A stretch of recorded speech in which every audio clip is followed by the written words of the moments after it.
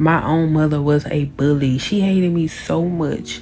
For what reason, I don't know. About 2 weeks ago, my mama sent me a picture of my underwear that were in the washing machine. The underwear was underwear that I had menstruated in.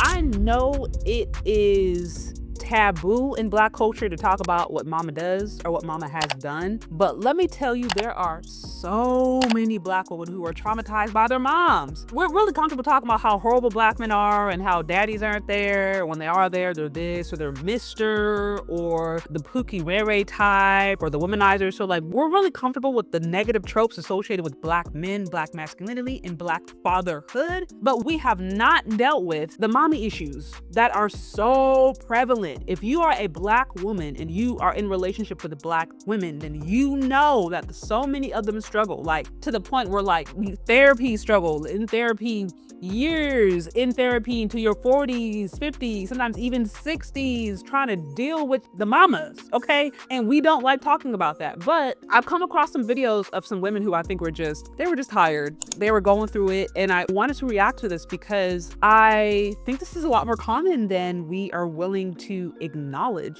And when things can't be acknowledged and then addressed, then they cannot be fixed. So I'm going to pull up, there's a few that I've come across, but I want to review this one and we will go from here. Why in a Black community with Black mothers and Black daughters, why do the mothers hate their daughters so much? She said, why do the mothers hate their daughters so much? That's insane. My own mother was a bully. She hated me so much.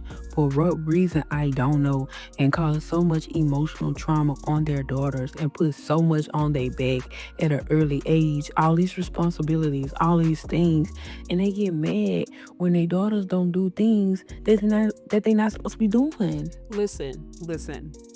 This is so real. 2 years ago, I did a panel of Black women, and we were talking about marriage. And I remember backstage when we're talking about marriage and just our different relationship journeys, I remember there were like, I think 2 on that panel who started opening up about the challenges that they was having with their own mama and how their moms were jealous of them, how their moms were trying to break up their marriages or break up the relationships with their potential partners or fiancés, all that kind of different stuff. It was a mess. It was a mess. Again, I'm not saying obviously all Black women are like this. I wasn't my experience with my mom. Like, she wasn't out here trying to get a mother and anything. That's not it. But I'm just saying, like, this stuff be real and it comes in different forms, right? Some of them be bullies. She said her mama bullies her, right? Some of them just be mean. Some of them sometimes it's like you can see favoritism where it's like, it seems like they may have favoritism for the sons, right? But then when you need something, then they may look for the daughter. Like, what I'm trying to say is the trauma is really there between the mothers and the daughters. And I think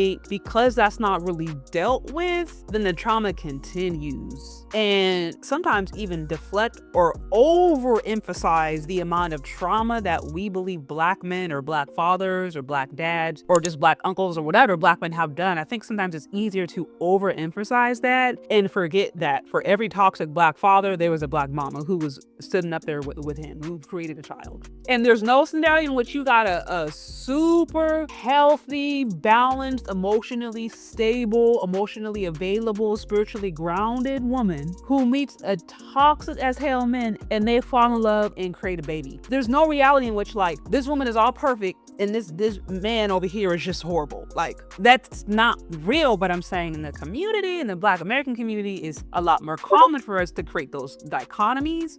And so I think as a result, the issues that come up in Black motherhood have not really been addressed. But let's continue. They want them to do things adults supposed to be doing. Like, and then they favor the men, like the boys in the family so bad.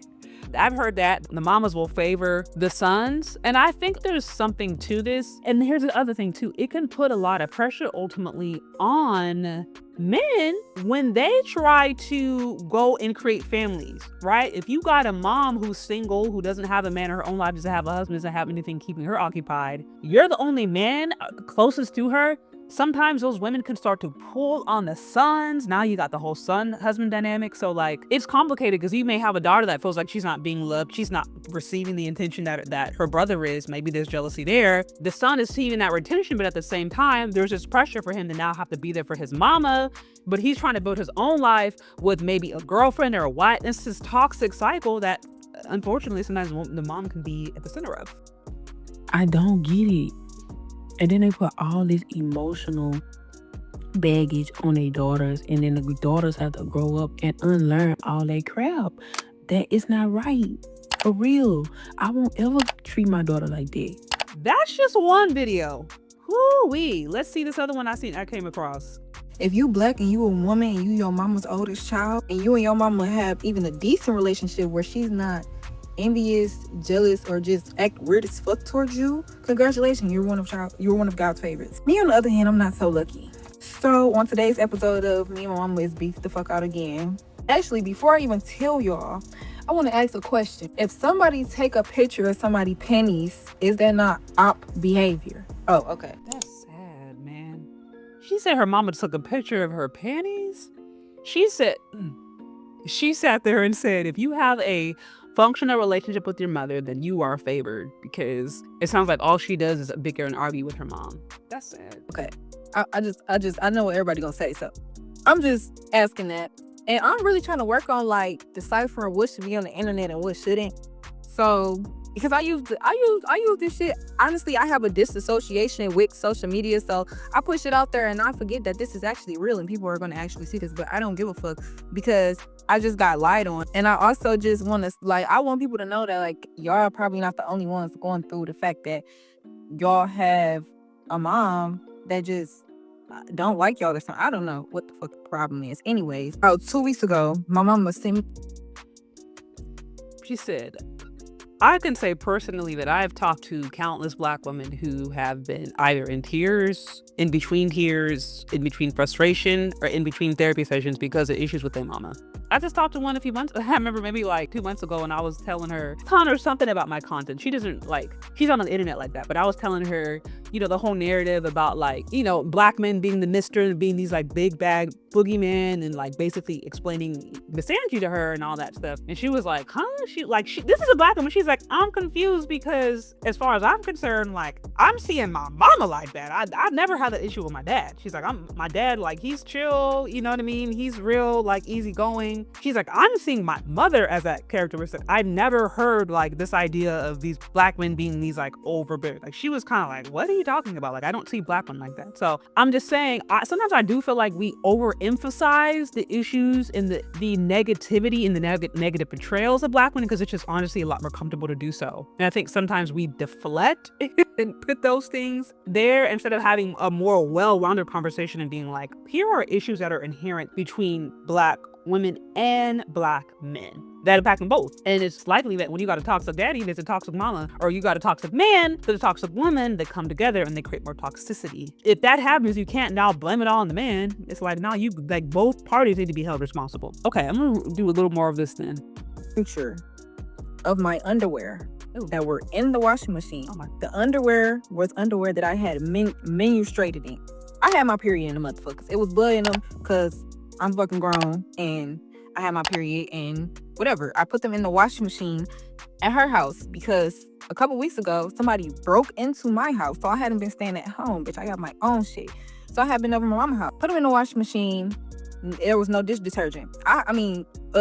Detergent. I had somewhere to be. So I left. I gave my brother some money to go to the store, get some new detergent. I said, all my clothes are already in there. So just pour the shit in there once you go get the new detergent and start the washer. I don't know if he did or if he didn't, but my mama went into the washing machine because my clothes were in the washing machine. They weren't outside the washing machine. My mama went into the washing machine, took the clothes out. Guess she seen the panties, sent me a picture of them, cussing me out, basically telling me not to come back over her house. I said, Ma, if you was mad about the clothes being in the washing machine unwashed, I understand that, even though I told my brother to go to the store and I gave him the money to do so as well, to go to the store and get washing detergent. If you was mad and you called me and cussed me out, I would understand that. But you taking a picture of my underwear, that's weird. She lied on me and told my godmama that I called her a weird ass bitch. I never said that. The most I said to her, the most I cussed at her was I said, I'm going to stay the fuck away from you. Because Whew. There's a lot going on there. I mean, the fact that she had to go on social media to share this, obviously there's a lot going on. I feel like sometimes the problem repeats itself because sometimes you have mothers who be having daughters that they didn't want. They may get pregnant when they're too young. They may get pregnant with a man that they're not really happy with. So they take that frustration out on the doctor that had nothing to do with the child, that had nothing to do with the daughter, but they can spend their life being resentful at that child. And that's really an unfortunate thing. And, as adults, you get to a point where sometimes you just have to reckon with who the adults are in your life, who the elders are in your life, right? Whether it be mother, father, uncles, grandparents, whatever. There are certain people who are willing to change and do better. And once they recognize that things that they're doing are toxic, they can improve. And then there are certain people who are stuck in your ways. And the worst thing you can try to do is try to get water from an empty cup. And sometimes, unfortunately, there are parents who are just empty cups. They have literally nothing to give. And the best thing I feel like an adult could do at that point is recognize the parent for who they are. You may have to grieve. You may have to mourn and be like, dang, I'm sad I never got this. I'm sad. I'm upset about this. I'm angry about this. Like, you may still have to go through that whole process of grieving your emotions. But once you can really come to terms with who the parent is, and in this case, the mother, then you can actually start treating them accordingly and likely start setting healthy boundaries. Now, one of the hardest things to do is for a boundaryless person to all of a sudden have boundaries put on them. They do not really react well to that, but that's necessary. And especially, I think, for those who find themselves in these toxic cycles with moms who are always combative. It's just nothing but constant friction. It's like there has to be that recognition. And this is why I believe scripture God talks about being, a father to the fatherless, being a parent, because he knew like there were going to be folks out there who grew up not having healthy ideas of what a father or a mother would be, and they would need healing. Healing is available. Like, I do believe healing is available, especially in a relationship with God and the context of community and all those things. Yeah, there has to be, ultimately, in order to break their cycle, there has to be an awareness of who that person is, really seeing them in their fullness, and then taking the steps to heal, move forward, and create the healthy boundaries that are necessary, whether that means maybe for a time no contact, whether that means really strong boundaries around when you do contact and how you contact them and which way you have relationships with them, being really clear that they don't have access to things just because that's your mom or just because whatever, like just having those boundaries. But I think once you're able to do that, then those kinds of toxic relationships could become easier to manage. But it first starts with just being an acceptance of who that person is. And some women and some moms will never change. And that may be one of the hardest pills to swallow. But that doesn't mean you can't. Anyways, y'all, that's what I got. What do you think? Let me know down in the comment section. Thank you so much for listening if you've gotten this far, and we'll talk later. Bye. I'm really excited to announce my new kids book, Aisha Learns to Love Her Hair. Aisha's hair is stunning, but she struggles to see its beauty. Through encouragement and wisdom from Grandma Lily, Aisha learns powerful lessons about self-acceptance. Aisha's journey is a heartwarming tale of family, culture, and confidence. Share her magical journey with your little loved one today, available for purchase.